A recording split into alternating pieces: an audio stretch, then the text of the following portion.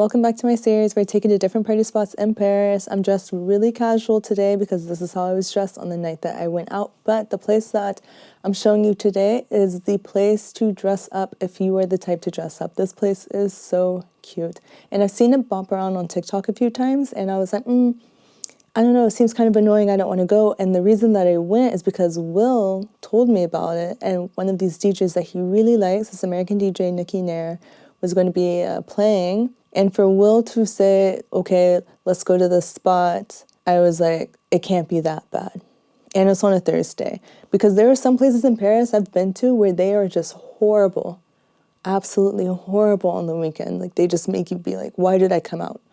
But if you go on a Thursday, it's way better because the people on Thursdays, they really want to be out to listen to music because they also have to be at work the next day. So anyways, we go to this club and I didn't know exactly what to expect. So I'm just gonna walk you through the whole night in case you're curious about going, if you think it's your type of place to go or not. So right from the beginning, whenever we're walking up, it's kind of hidden. Like, it's not like a big blaring sign to say this is where you are when you arrive.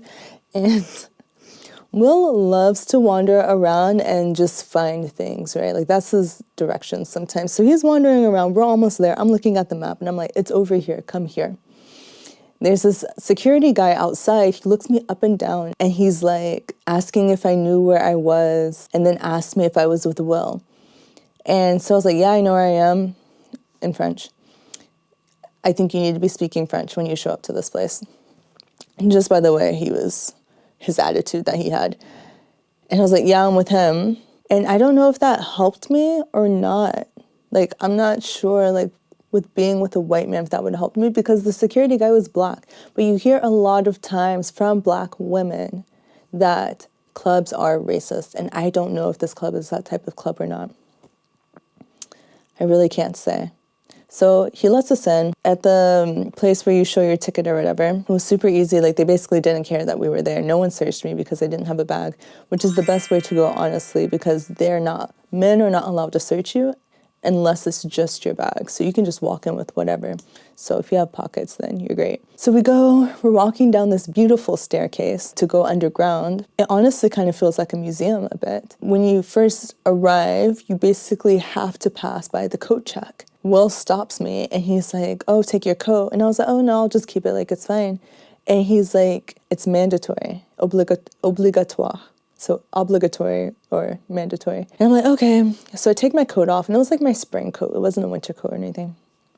And I give it to her. Will gives his coat as well. And then the lady's like, okay, that's €3 each. We're like, oh, well, can we pay card? And she's like, no, it's cash only. So then we're just like, well, we don't have €6 cash. And then this woman, she seemed so irritated with us. From the moment we arrived, people were just irritated. So she just takes our coats and, like, doesn't do anything because it's mandatory. Like, I guess they don't want coats in the club. But then after being down there for a bit, it was hot. And this was in, not winter, it was fall, but it was hot. So I can imagine if this place was really busy on a weekend, and I understand the mandatory coat check now. But she was just so irritated with us about it. And so when you get in, it's really cute because you're just wandering around, you're seeing all these different things. The dance floor is actually quite small. I would say a third to almost a half of it is taken up by sections of people who just want to be dancing behind a little rope thing, which is really interesting. I guess we can just start talking about the crowd now, because it was the type of people who seem like they like to do a lot of coke and drink and also take pictures where they look like this, like, not to be rude, but that's a specific type of person. And that's what was going on here. It was very interesting because I was like, are they out with their work friends? Because I used to be this type of person. I used to have a job where I could go out and get drinks and all these things. And it felt kind of like, I don't know, it was reminding me of that a bit. There was a decent amount of people dancing, but there was this one man who I still remember. And he actually reminds me of this guy on Instagram, this old white man on Instagram who loves dancing. And he looks so joyful when he dances. I'm going to have to find it and show you.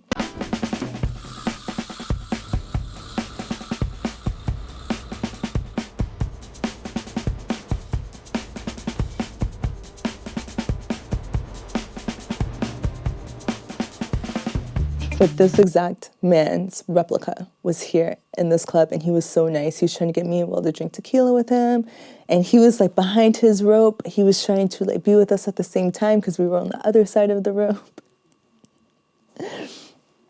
Yeah, he was really fun. The sound system was decent. I would say that it wasn't anything spectacular. It was just really loud. Like, you 1000% need earplugs, and I don't want to sound like, I don't know, someone who just keeps saying the same things over and over again, but you really need earplugs. Like, you don't want to lose your hearing. The lights were really cool. They were red the entire time and doing these funky things with the music. Like, at some point, I was just sitting, because they had lots of seating available, which was nice, and watching the lights go.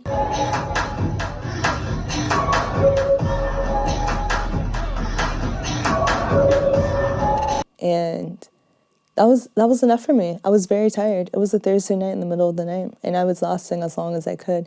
And I often get asked how I'm able to go out as often as I do, and a lot of it has to do with because I'm sober. Maybe I might smoke a puff or two off of a J, but for the most part, I'm sober. So I won't have any bar prices for you tonight because Will also was not drinking. And the reason he wasn't drinking because he was like, oh, it looks expensive here. It looks like I'm paying at least 10 euros for a beer. And he just refuses to do that because you can get a beer for like 2 euros at the corner store or whatever. But yeah, staying sober really helps with like how you feel the next day, just like in general in life, because you're not poisoning your body. And if the music's really good and you get your joy or your adrenaline rush from dancing and meeting people and all of these things, it's like you don't even really miss it. Another way I'm able to go out all the time, even though like this weekend I had 3 parties I could have went to. 3 parties and a hike, which was separate, and I didn't go to any of them because I was just not having the energy for it at this time of the month. And I used to always push myself, like it would be any time of the month, anywhere I was in my cycle, and I would just push through and I'd be like, okay, it's fine, I can deal with it. But then when I stopped doing that and started listening to my body whenever it was saying, oh no, rest, sit this one out, go to the next one, I stopped getting sick. Like, I don't really remember the last time I was sick. I think I've been sick once in the last year. And Will gets sick, like, not often, but enough to where it's, like, surprising that I haven't gotten more sick because he's literally breathing on me in the middle of the night, you know? So, yeah, I think that has a big part of why I'm able to go out as often as I do. But I want to continue telling you about this club because this club was so cute. So, at some point, Will's like, okay, I'm going to go smoke. And I was like, okay, I'll go with you. Just to, like, you know, go around, see what's going on. And when we get there, first of all, I couldn't even tell we were there. It was so hidden. And I go inside for a little bit, very cool decorations, but I've told you I hate these indoor cancer rooms. They're literally like, I don't understand why these are still a thing at this point. We know what secondhand smoke does to the body, but at least the door was open for this place. Because sometimes the door is shut and it's literally just a box of smoke. And I was in there, and then I was like, I forgot I don't like this. Why am I here? So I left. And I started wandering around. I tried to find the bathrooms, could not find the bathrooms. It was so dark, and I was just like, it's not worth it for me to find it. And you know, that happens, like, not often, but it happens to where I just cannot find the bathroom. But if it's anything like the rest of the club, I'm sure it was nice. Also, I liked that because it was so deep underground, like you saw from all the stairs, I had no phone service whatsoever. And it's nice because it really forces you to be in the moment. I don't really like to be on my phone, except if I'm writing, because I get a lot of ideas when I hear music or when I'm dancing. There's a lot of things that give me ideas, like I write a lot. That's my thing. But it was like not giving me any time to do anything else on my phone besides like create something or maybe take a video.